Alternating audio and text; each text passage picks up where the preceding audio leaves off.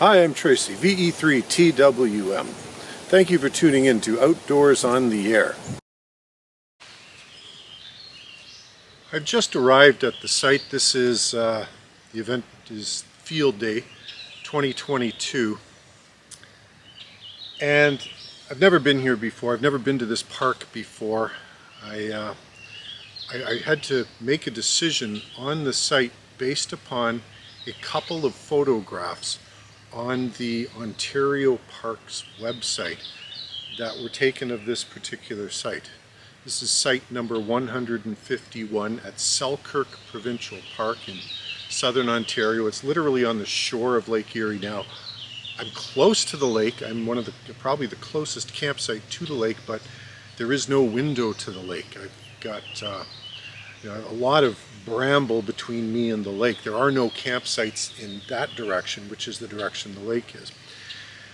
So having just got here, I've done a lay of the land. I've taken a good look at the site, and it's really important to do so because I've got to figure out where I'm going to put things.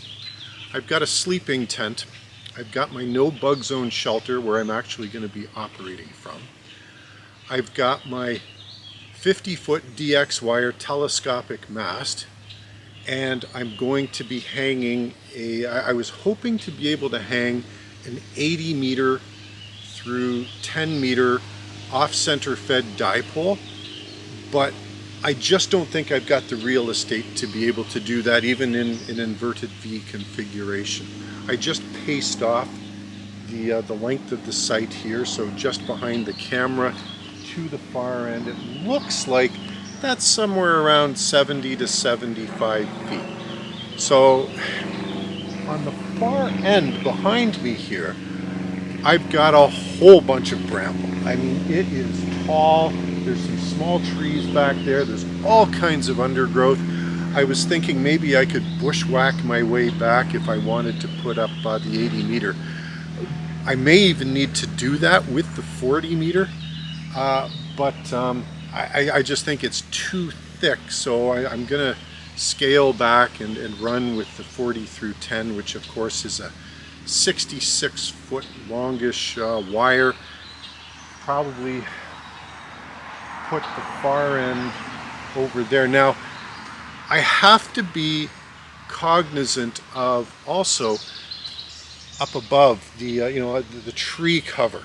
When I'm talking about a 50-foot mast, my objective is to put up the pole and then put the center point of the off-center fed dipole up at about 40 feet.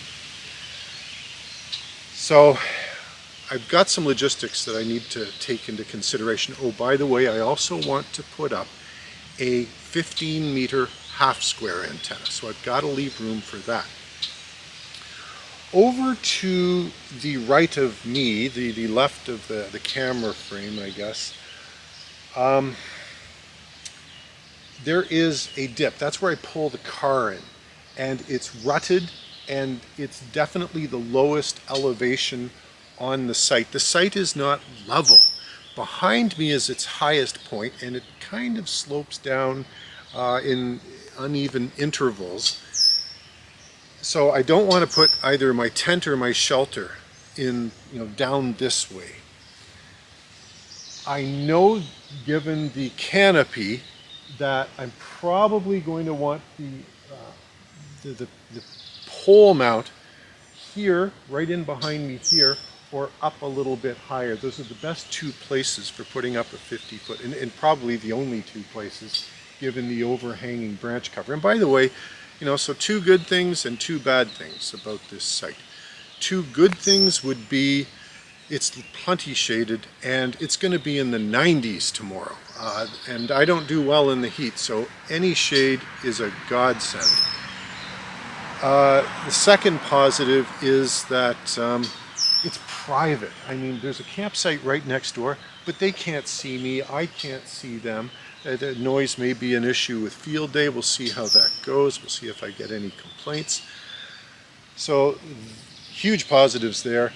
The downsides being, as I described, the uneven surface here, but also just up over here there's a road. So there's the odd truck. We're out a little bit into a rural area. Getting some mosquitoes, by the way. And, you might need to put some bug juice on. But there's power lines running along the road. And I'm a little bit concerned about noise coming from the power lines. There's nothing I can do. I'm here, it's field day. I'm going to have to make the best of what I've got. But these are all the aspects that go into how am I going to set up the site. So I am thinking right now that I'm going to put the antenna up, not here, but out a little bit further where there's that gap in the overhanging tree cover. Run probably the long leg this direction and then the short leg in that direction, and maybe I'll try to fasten the far leg up on a tree branch out that way. My big tent will probably go, I can't put it right there because that's too close. The slope comes down this way. I want to be on a more or less level surface, and I think the best I'm going to be able to do is out towards that end. The no bug zone, probably, and this is morning and the sun is traveling in this direction overhead, so the afternoon sun is going to be over here, but I've got a couple of trees to block some of that off. Notice the fire pit here. I'm not sure if I'm going to have a fire or not, and it's right in the center of the site. Boy, oh boy, wherever I put the no bug zone, it's going to be more or less on uneven terrain, but I also want it fairly close to where the antennas are going to be set up. So I am thinking that the 15-meter half square will be on this side because I'm putting the 40 through 10 along this way. And okay, now all I need to do is go and get it set up. But those are the thought processes that go into setting up at a campsite when you first get there. Okay, I've got the tent set up. That didn't take me too long. That probably took me 20, maybe 25 minutes tops. I'm not using the fly right now. There is a 10% chance of rain tonight, 10% chance of rain tomorrow. Sunday, they're calling for some rain, so I may put the fly up tomorrow night. But the idea here is that it's got screens in it. Let it ventilate. It's going to be 90 degrees tomorrow. Anything I can do to help the air flow through there and keep it from becoming a sauna, because that's where I got to spend the night tonight and tomorrow night, is a good thing. Just a couple of notes. So while this is a big tent, this is a 5-man tent, by the way. I bought it at a Canadian retailer called MEC. They used to be known as Mountain Equipment Co-op. They're now just known as MEC. I think they've changed ownership. It's now Mountain Equipment Company, and they've got a great warranty on their own stuff. So this is I've got a road right behind me, and not very often, once in a while, a big vehicle comes by. I'm not going to let that faze me. It won't bother me tomorrow during field day. Mountain Equipment Co-op, this particular tent. So this tent cost me on clearance somewhere around 500 Canadian dollars, and then we're going back, I don't know, 3 or 4 years ago now. So of course, with inflation, prices might have gone up a bit since then, but it was on clearance. This is a good quality tent. The name brand of this one is Super Wanderer 5, and of course it was clearance, so they don't make them anymore. I've had a number of MEC tents. I really like them. By the way, MEC for Americans is the Canadian equivalent of REI. Just really an outdoors-oriented store. It's got some fashion, but a lot of great camping gear as well. So even though it's a 5-man tent and it looks a little bit sophisticated, because I've set it up a few times, it doesn't take me that long anymore, and I take my time, and I'm slow. So anybody out there who's got a lot more I'm thinking of the term pea and vinegar than I do, is probably going to be able to set it up in less time. I think what I will do is I brought along my orange 9x13 tarp. I may just set that up over top of it, but right now I don't need to worry about that. What I'm going to focus on next is my no bug zone shelter. Oh, just while we're on the topic of the tent, you know, good quality tents, of course, are they're wonderful. If you got to start somewhere, and I get that, and I had to start somewhere. On one of my very early videos, I'm using a Coleman 5-man tent. Oh, by the way, just a quick interrupt here. I do get the odd comment, you spend too much time talking about camping gear. What I do is camping and ham radio. So it is what it is. Love me or leave me, I guess. So the 5-man gives me plenty of room. I really like this form factor. It's almost 6 feet tall inside, which means that I can, you know, I can almost stand up, and that's a great thing when you're getting changed in the morning. If you're using one of the low to the ground dome tents, they're going to accumulate more heat because it's a smaller enclosed area. Of course, in cold weather, it might be a benefit because you don't have the warming effect of your body. But also because of the size of this one, I've got my my white fold-out Walmart table. I bought it, I don't know, 6 or 7 years ago. Probably cost me about, I don't know, $60, $70 maybe. That thing's a beast. It comes along with me when I do camping and HF portable activations where I'm going to be operating for more than a couple of hours, typically without anybody else with me, which is this exact scenario I have this week. I'm all alone. If it were colder weather, I would set the table up inside here rather than my using my no bug zone shelter, and I've got room on the side for my my sleeping pad and my sleeping bag, so I can operate like crazy. And then when it comes time to turn in, I just lie down, and it all fits in there. And because it's a 6-foot table that I've got, it's plenty of room for lanterns and radio gear, and you know, even snacks or drinks if I'm doing something like that. Of course, if you're in critter country, which most of us are, you got to take that stuff out of the tent at the end of the day and make sure that you leave no trace inside. And that's it. Oh, one more thing. Now, I often make the mistake of thinking that I shouldn't repeat information that I've shared on previous videos, because there are people who will be watching this video who have never seen the other video or videos where I've mentioned something. So I'm going to give you one tip when it comes to sheltering or your tent. Number one, oh, actually I'll give you 2 tips. Here's a bonus tip. Always, always, always keep the zipper zipped up. You don't want flies getting in there, biting flies, mosquitoes. All it takes is 2 or 3 of those to get in there to spoil your night of sleep. So I always keep it zipped up, in and out sort of thing. Now inside my tent, you might be able to see the black tarp. The black tarp serves 2 functions. The first function is dirty, muddy footwear going into a tent. You know, if you don't have a tarp like that set up, you have to remove your boots. You should remove your boots, because otherwise you'll be cleaning the tent floor afterwards. And tent floors, you know what, they're not really designed for dirt, and they can be a real pain in the neck to clean. So after your activation, after your camping trip, you pull the tarp out and you can wash the tarp. It's so easy to wash a tarp. It's much more problematic to wash the floor of a tent. So that's what I do. Now, one other thing, whenever I'm setting up a tent, anything I did not use, so what I do is I've got this bag here. It's got the fly, it's got extra pegs, it's got a pole which is used for the tarp to provide a veranda out the front door. That all goes right in the tent. I never have to look for tent stuff in the car or somewhere else if I need it. It's always right in the tent right away after I set up. So there's a little bit on the tent. I hope you get something out of that. Here's another portable operations tip for you. I want to move this picnic table, and the reason is because I want to set the no bug zone shelter, which is going to be my radio operating shelter, here. A nice shady spot. It's going to be shady. I think it's just going to be a perfect spot. I'm going to have the pole coming down just behind the camera here. It'll be a fairly short run coax wise. I envision the 15-meter half square in here.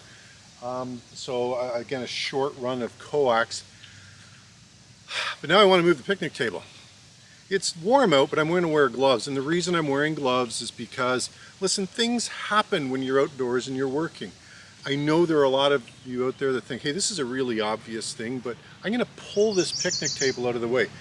Picnic tables come in all kinds of conditions. Some are brand new, and some are old and maybe haven't been treated in a while and maybe are loaded with slivers. Hey, the last thing I want to do is to be plucking painful slivers out of my fingers when I could be doing stuff like continuing to set up or getting my antennas up or even maybe even turning on the radio. So bring a pair of gloves, you know, and use them when the situation calls for it.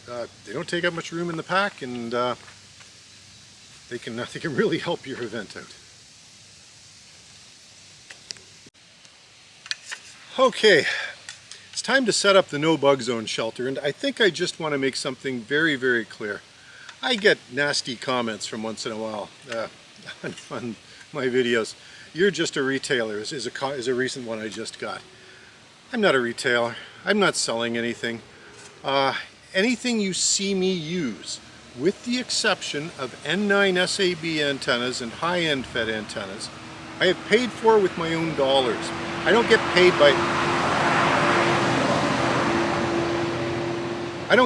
by anybody for any product placement or anything else. I've got a tiny YouTube channel. I've got at this point, I don't know, just over 14,000 subscribers. I mean, I'm not one of the big boys out there. I get it, and quite honestly, that's not the league that I want to play in.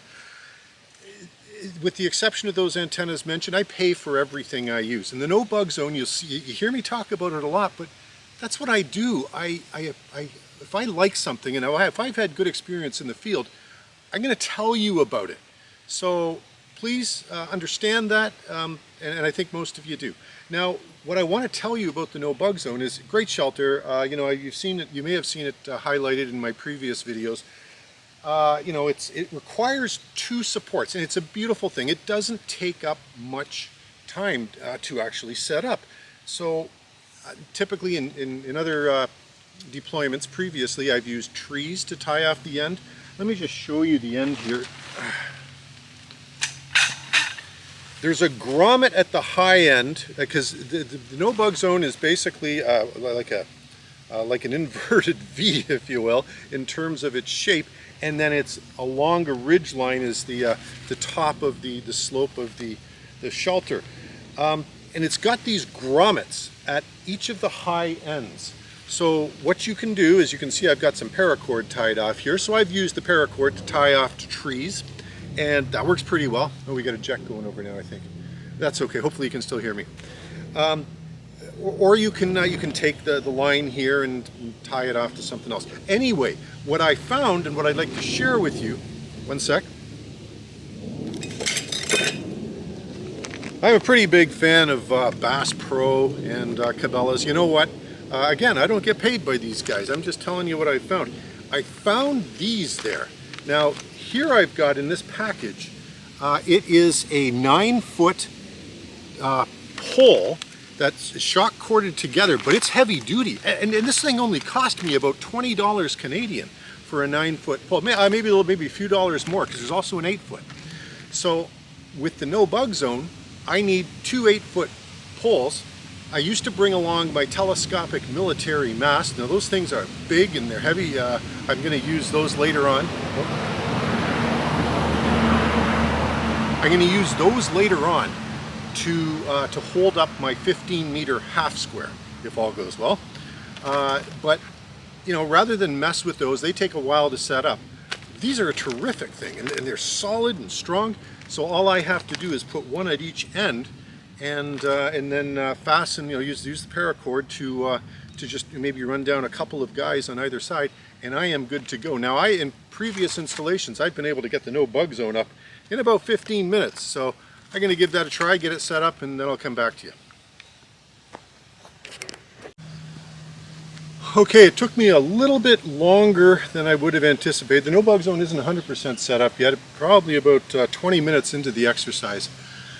But I wanted to share something with you. So I did have to reposition it because it was just, even as now, it's too close to the fire pit. But given the restrictions on size in the campsite, I just don't know if I'm going to be having a fire because it's going to be very close to the campsite. I might just collapse the one side, but I'll take a look at that. But I wanted to point something out to you, particularly in the summer. The ground here is all hard packed and cracked, so clearly the campsite doesn't get any kind of a water, any kind of care for the soil during camping season, which means that if you're trying to get a peg into the ground, you better bring along something that'll allow you to pound it in, because I've tried hand force, just putting out the corners of the no bug zone. That's not working. What I have brought along is an Estwing, made in the United States of America, and I'll take made in the USA or Canada or Europe any day over Chinese stuff. I'm just laying out there my prejudice against the Chinese world domination machine. I don't really want to support them anymore. I don't like the stuff they're up to, and that's all I'm going to say on that, because that's politics, and politics and ham radio don't match.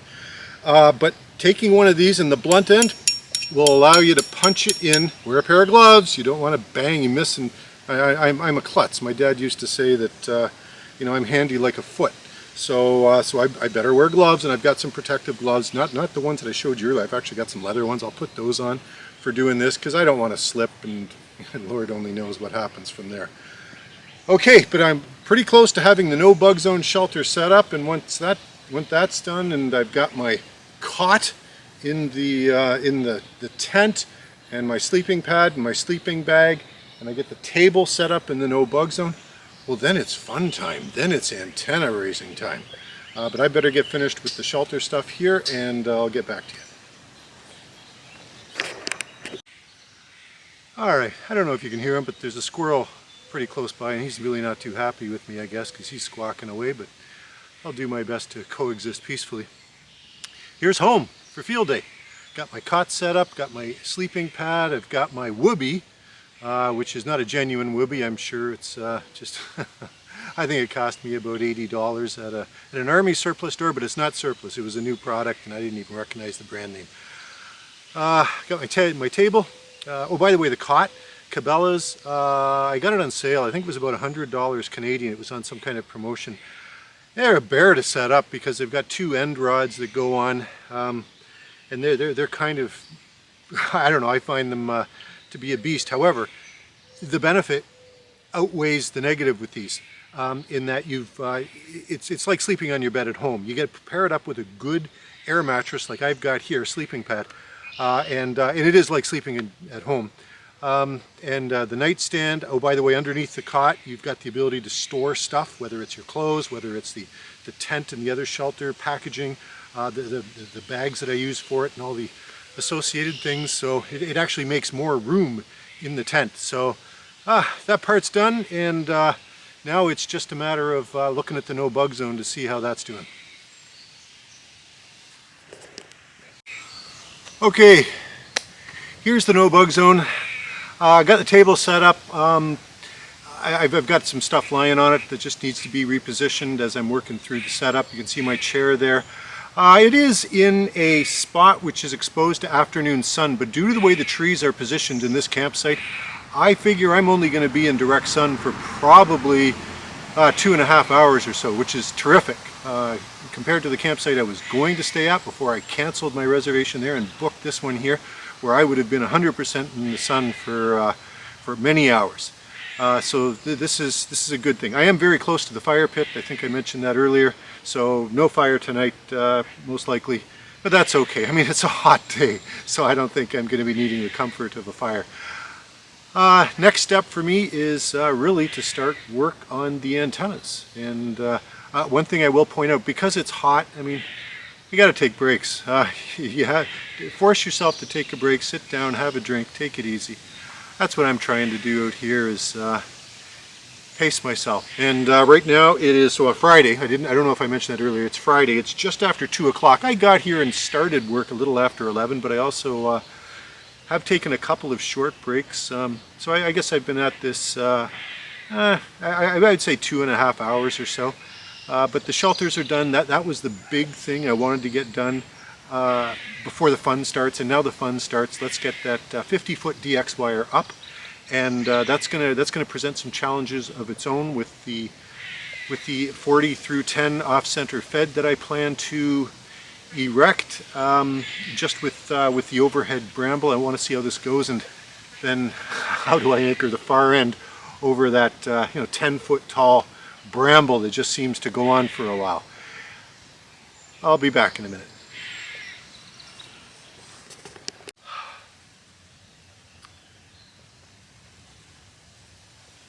For those of you who haven't seen my video about the fastest and easiest way to erect a fiberglass mast, that's what you're looking at here with this contraption. Essentially a PVC pipe held up by 4 guys, and I've got a 50-foot DX wire mast in there, and believe it or not, that's enough to keep the DX wire up, even in, let me just say this, unless you have extreme conditions like seriously windy weather, pouring rain, you might need to reinforce the tent pegs. But I had that. It took me a while, and I'm hot and I'm tired, right? So I'm figuring, yeah, it probably took me about, I don't know, 20 minutes to get to this point right here. I'm taking my time, and I'm not as fast as some of you guys out there might be, so take that into consideration. It's very hot out here. That takes a toll on me. Yeah, I might be exaggerating too. So now what I do is I'm going to raise it section by section. I've actually got 2 sections erected.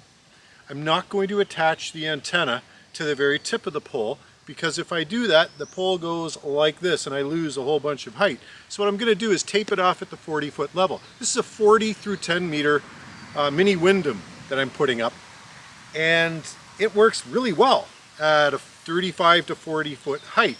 So I'm not gonna put any undue strain on the pole, and I should have a pretty good performer. So what I'll do is I'll attach the feed point right here. What I'm going to do is, because I've got a wall of bramble just over here, I'm going to put the short end of the off-center fed in this direction and the far end over top of the no bug zone. There's some trees over there. Not quite sure how I'm going to do it. That will be the trickiest part of the job, is getting the ends tied off. So it is, what time is it now? I can't even see my, 2:36 in the afternoon. I got a bunch of work to do, so I'll come back to you in a bit. Stuff out. This has been a great performer. I just love the quality construction. Tim, you know what? I think you make a great product. And to those out there who think I'm a shill for Tim, hey, I can't do anything about that, but I can tell you there's a reason why I'm going to this antenna on field day, my favorite event of the year. Because I know if I'm going to make contacts, I'm certainly going to make them with this antenna rather than taking a chance on something else. So that should give you an idea of the level of confidence. And after having watched some of the stuff I do, you know how much effort I put into it. So I don't want to go in with a subpar antenna. Enough about that. I'll get the antenna up and we'll take another look.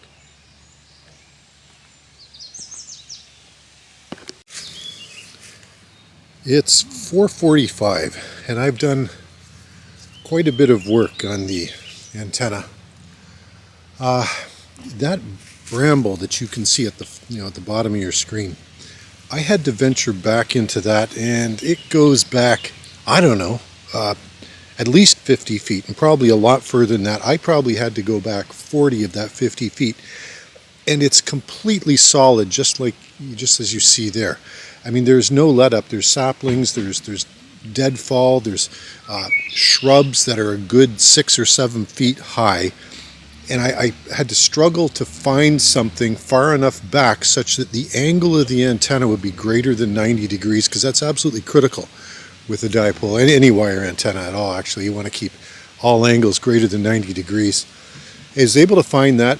Behind me is an old tree. I threw a line over a branch that's probably about, I'd say about 15 feet up, and that's paracord tied off to the end of the mini windom, this end of the radiator, and it looks pretty good. So the next test for me is going to be checking the SWR on it, and it's getting a little bit late in the day, so I'm just going to see how my energy works and whether or not I'm going to be having enough energy to put up the 15 meter, or I'm just going to chill in and just do a bit of settling down and having some dinner and turning on the radio and spinning the dial.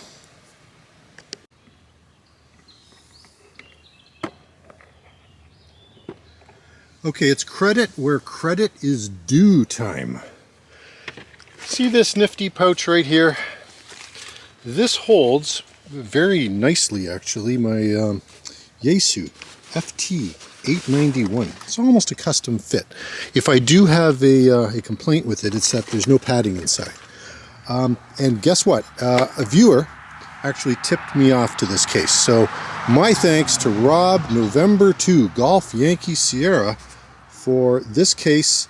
It's available on Amazon, and I will leave a link to, or at least I'll leave a description. You can go to Amazon and look for it. Hey, carabiners sold separately, but nice little pouch. Has enough room inside for the rig, and that's about it. I actually put it in a plastic bag, and I throw the microphone and power cord in that plastic bag too.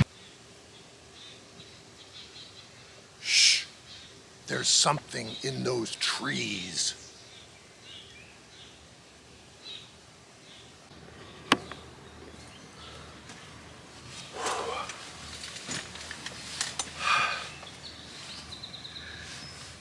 You know what? Folks come and watch my YouTube channel, and that's fantastic because they know that I'm the kind of guy that goes out on these excursions and puts this stuff together and never makes a mistake. Have a nice day. And you know, I've told you about that old Navy SEAL motto: 2 is 1, 1 is none. And that's a big part of any success I might get while I'm out here. But don't take me too seriously, folks. Bottom line, I was out here last night ready to take some still shots because as you know, I work still shots into my videos, and sometimes I base entire videos off nothing but the still shots that I take because they can tell a story with the right narrative.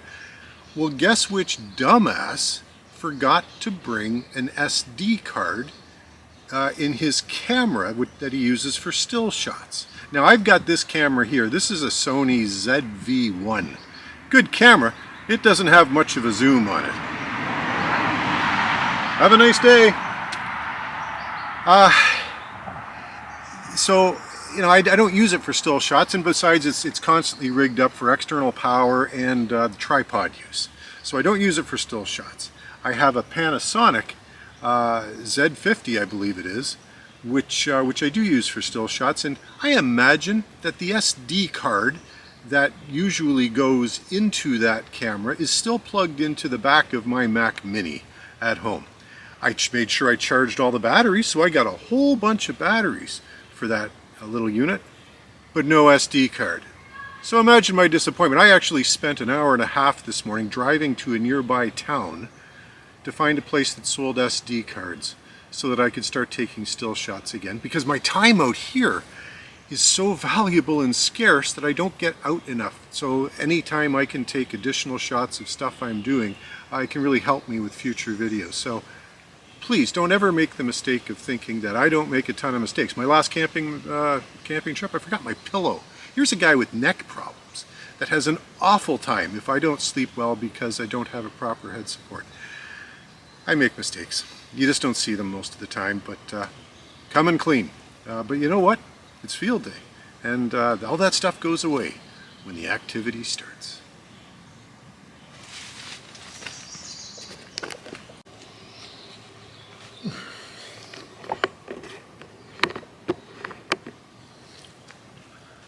Behind me is my second antenna for field day. That is a 15-meter half square that I asked Tim Ortiz to put together for me.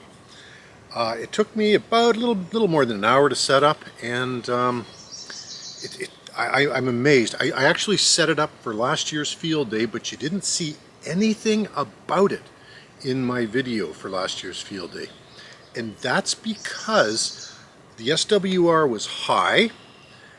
Even though I used it with a tuner, I was able to make some stateside contacts, but I just had this niggling suspicion that I didn't set it up as well as I might have. So I set it up again this year, took some time with it this morning. It is now resonant, 1.7, SWR 1.7 or below across the entire band, and it's actually 1.5 or below anywhere from 21,350 down. So thumbs up. I was really concerned about the SWR because I've got the power lines along the road right back here, probably, I don't know, 30 or 40 feet away. I've also got my Windom over here, which of course I'm using as my primary HF multiband antenna. The tent frame, which is pretty close to the one horizontal element. And by the way, I am going to be putting up a video focusing in on the 15-meter half square. So if you'd like to learn more, watch for that video. I'll have it out as soon as I can. One thing that is unfortunate is that I'm getting about an S6 noise level across 15.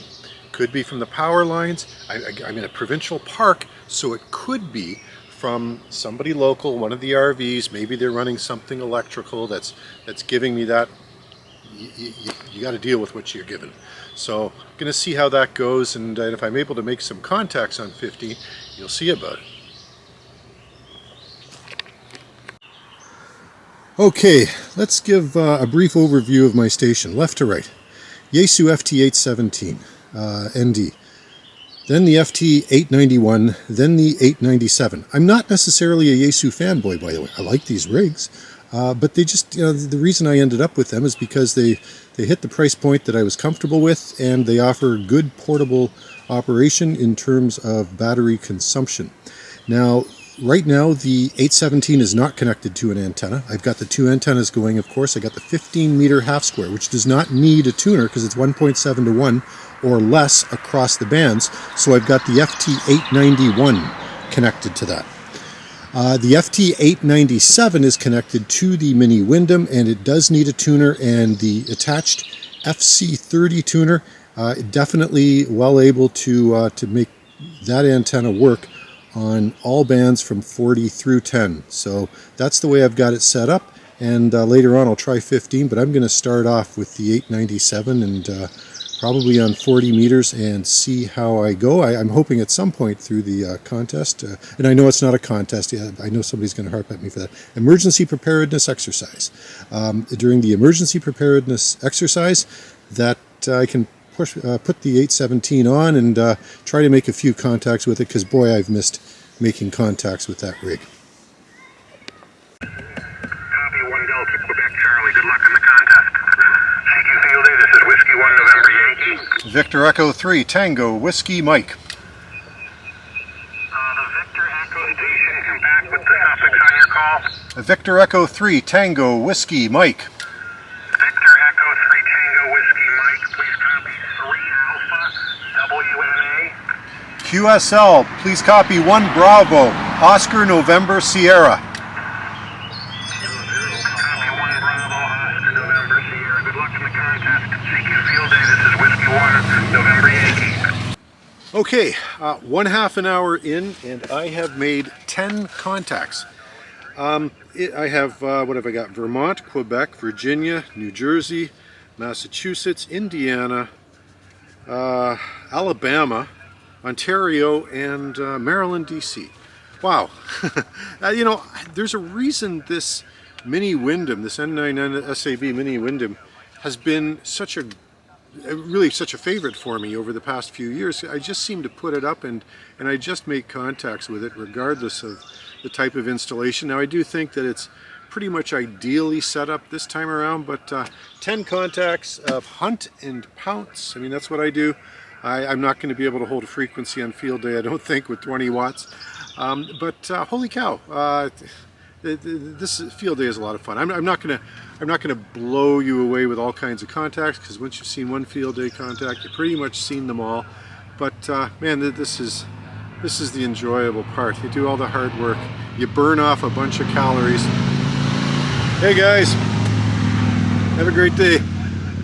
Burn off a bunch of calories, and then you sit down and hammer at the radio for a while, and that's what I'm doing. Kilo 5, Oscar Romeo Alpha, going CQ Field A, CQ Field A, Kilo 5. Oscar Romeo Alpha, going CQ Field A, standing by. Victor Echo 3, Tango, Whiskey Mike. Victor Echo 3, Tango, Whiskey Mike. This is Victor Echo 3, Tango, Whiskey Mike, 1 Bravo, Oscar November Sierra. Okay, I got the 1 Bravo, Oscar November Sierra. Please copy 1 Bravo, Sierra Tango X-ray, 1 Bravo, South Texas. Copy, 1 Bravo, South Texas. Thank you and good luck. Okay, I gave 20 meters a try, and working with the mini Wyndham, of course, because the half square isn't going to work on 20.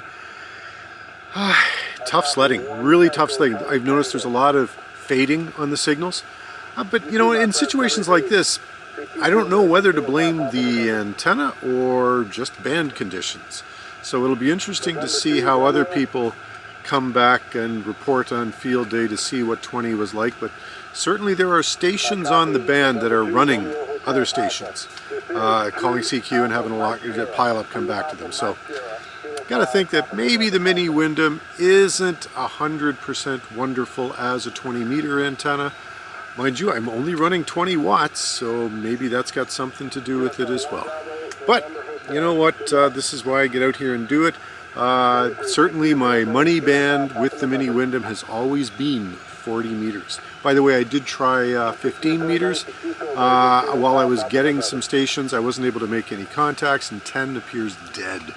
So I wasn't able to get anything up there. So I think my focus is going to shift back to 40 meters for a while, and you know, maybe in a little bit I'll turn on the FT891 and try some more 15 meter and see what I can get with the half square as band conditions change as things open up to the west a bit. Roger, 2B Kentucky, thank you very much. QRZ Field Day, K3 India, India. Victor Echo 3, Tango, Whiskey Mike. Again? Victor Echo 3, Tango, Whiskey Mike. The Tango Whiskey Mike again? Victor Echo 3, Tango, Whiskey Mike. Victor Echo 3, Tango Whiskey Mike, I think it was 1 Alpha EPA, over, over. QSL, please copy 1 Bravo, Ontario, sorry, Oscar November Sierra, Oscar November Sierra, QSL. Your section again, your class and section again, over, over. Oscar November Sierra, Oscar November Sierra. Something is Sierra. Again, say it a couple of times, please. Say it a couple times. Oscar November Sierra, Oscar November Sierra. Okay, Roger, got the Oscar November Sierra. What's your class, your classification, over, over? 1 Bravo, 1 Bravo, 1 Bravo. Is it 2 Alpha, 2 Alpha? Negative, 1 Bravo, 1 Bravo, 1 Bravo. Okay, got you. 1 Bravo in Ontario South. 1 Bravo, Ontario South. Thank you again. Thank you, good luck. You are set, K3 India, India. Victor Alpha 3. Bloody hell, that was tight. You know what? It seems that the sweet spot for QRP and field day is Sunday mornings when everybody's burned out and you've got a little bit of space, a little bit of breathing room on the bands. I'm going to unplug the FT817 now and switch back to the 897. But it sure was fun to make a contact with the 817. Well, that's it for my Field Day 2022 video. It was a great weekend weather-wise. Had some fun with the antennas, learned a few things along the way, and I hope you enjoyed the ride. As always, please leave your comments and questions below. I read them all and respond to as many as I can. But now you know what the deal is. Now it's your turn. Get out of the shack, get outdoors, and get on the air. 7-3 from Tracy, VE3 TWM.